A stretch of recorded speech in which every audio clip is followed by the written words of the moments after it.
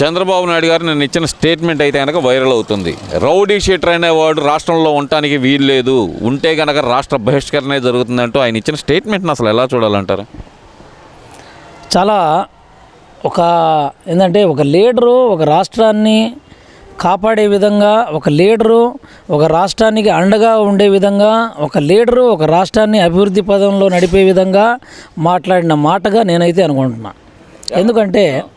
ఎందుకంటే ఇప్పుడు రౌడీ రాజ్యాన్ని చూసాం మనం గతంలో. ఆ రౌడీ రాజ్యం ఎలా ఉంటుంది, ఆ రౌడీ రాజ్యం కనుక బయటకు వస్తే ఎలా ఉంటుంది, ప్రజలకు ఎంత ఇబ్బంది వస్తుంది అనేది మనం అన్నీ చూస్తున్నాం.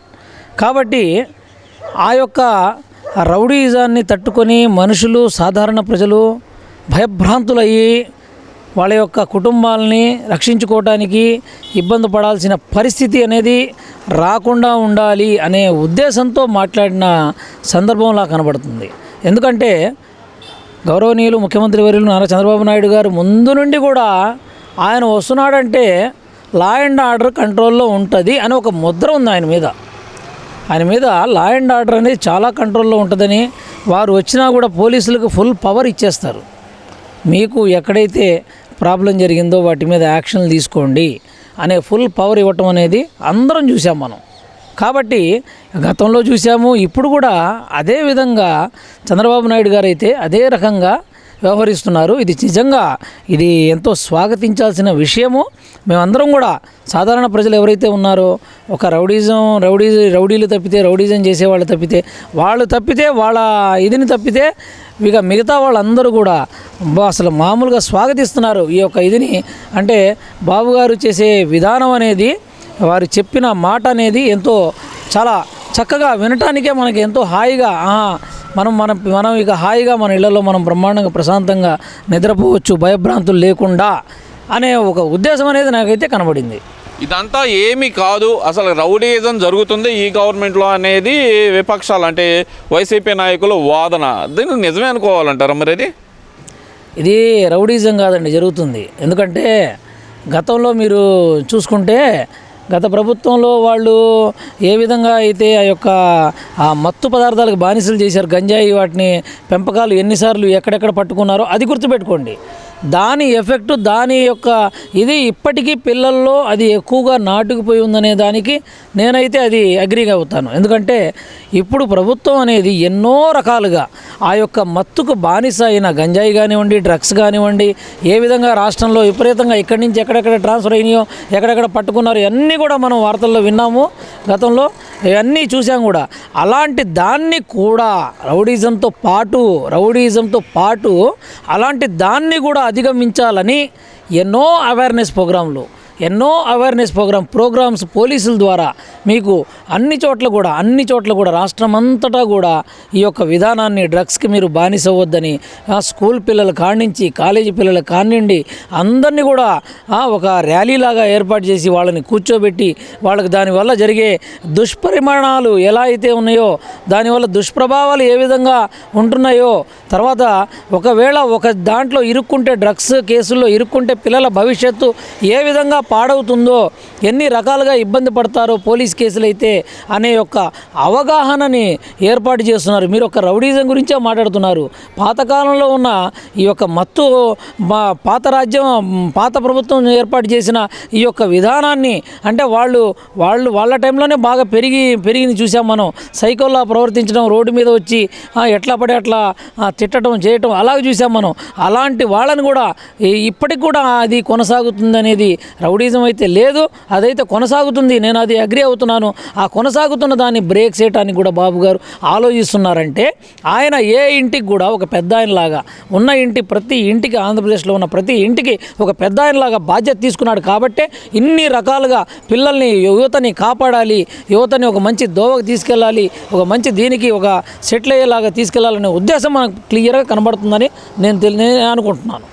అదేమీ కాదు, అసలు రాష్ట్రంలో అరాచకం రాజ్యం ఏలుతుంది. ఈ విధానాన్ని అడ్డం పెట్టుకొని వైసీపీ నాయకుల మీద దాడులు చేయడానికి ఇలాంటి మాటలు మాట్లాడుతున్నారని చెప్పి ఒక టాక్ వస్తుంది బయట. అసలు ఎలా చూడాలంటారు మరి దాన్ని? అరాచకం అనేది మాట వాళ్ళు అంటాం నిజంగా వేస్ట్ అండి. ఎందుకంటే మొన్నే బర్త్డే అప్పుడు చాలామందిని చూశారు మీరు, రప్ప అని చూశారు కదా మీరు. ఇలాగా ఆ డైలాగ్స్ కానీ ఆ వర్షన్ కానీ వాళ్ళే ఒక రకంగా వాళ్ళే తగ్గించుకోవాలా. ఎందుకంటే ఆ యొక్క అరాచకాలు అయితే నాకు తెలిసి అయితే ఏమి లేవు. మనం చూస్తూనే ఉన్నాం కదా. ఏమైనా ఉంటే సోషల్ మీడియాలో వస్తుంది, దీంట్లో వస్తుంది, మనం చూస్తూనే ఉంటాం కదా. మీ యొక్క ఛానల్స్లో కూడా వదులుతూనే ఉంటారు కదా. ఏం వదిలి పెడతారు? ప్రజలు ఎక్కడన్నా అన్యాయం జరిగితే ఎవడో రోడ్డు మీద ఒక సాధారణ వ్యక్తి కూడా టక్మంటట్ట తీసేసి ఫోటో తీసేసి వీడియో తీసి పెట్టే రోజులు ఇప్పుడు. అలాంటి రోజుల్లో కూడా ఏది దాచిపెట్టగలం చెప్పండి. కాబట్టి ప్రజలు అన్నీ గమనిస్తున్నారు. ఇందులో అయితే నేనైతే చెప్తున్నానండి, అరాచకాలు ఏమి లేవు. పోలీసులు అరాచకాలు ఎందుకు చేస్తారు? పోలీసులు మీరు చెప్తారు అదేమన్నంటే, పోలీసులు ఏం చేస్తారు? తప్పు ఉంటేనే తీసుకెళ్తారు, అంతకంటే ఏం లేదు. చట్టం అనేది తన పని తను చేసుకెళ్తూ ఉంటుంది. ఇది అందరికీ జగమెరిగిన సత్యం ఇది. జగన్మోహన్ రెడ్డి ఈ రప్ప అంటున్న వైసీపీ నాయకులను కానీ కార్యకర్తలను కానీ వద్దు, ఆ మాట తప్పు అని ఎందుకు చెప్పలేకపోతున్నాడు అసలుకి? చెప్తున్నాను కదండి. అదే ఇప్పుడు అరాచకాలు ఎక్కడున్నాయో మీ క్వశ్చన్లోనే ఉంది, కనబడుతుంది అక్కడ, మీ క్వశ్చన్లోనే కనబడుతుంది నాకు. కాబట్టి అరాచకాలు అనేవి వాళ్ళు ఎప్పుడు కూడా ముందుగా నేర్చుకోవాల్సింది క్రమశిక్షణ అనేది నేను అంటున్నాను. ఎందుకంటే ఎవరైనా సరే కార్యకర్తలు అనేది, ఏ పార్టీకి సంబంధించిన కార్యకర్తలైనా సరే ముందు క్రమశిక్షణ చాలా ఇంపార్టెంట్. ఎందుకంటే వాళ్ళని బట్టి వాళ్ళు మోడల్గా కనబడుతూ ఉంటారు. బయట రాగానే వాళ్ళు మోడల్ కనబడితే వాళ్ళని బట్టే మనకి పార్టీ యొక్క విధి విధానాలు ప్రజల్లో వెళ్ళిపోతాయి. ప్రజల్లో వెళ్ళినప్పుడు ఆ ప్రజలు ఏంటంటే ఏదైతే ఉందో ఈ మంచిని స్వీకరిద్దామనే ఉద్దేశంతో ఏ పార్టీలు అయితే మంచిగా వ్యవహరిస్తాయో వాళ్ళకి సపోర్టింగ్గా నిలబడతారు.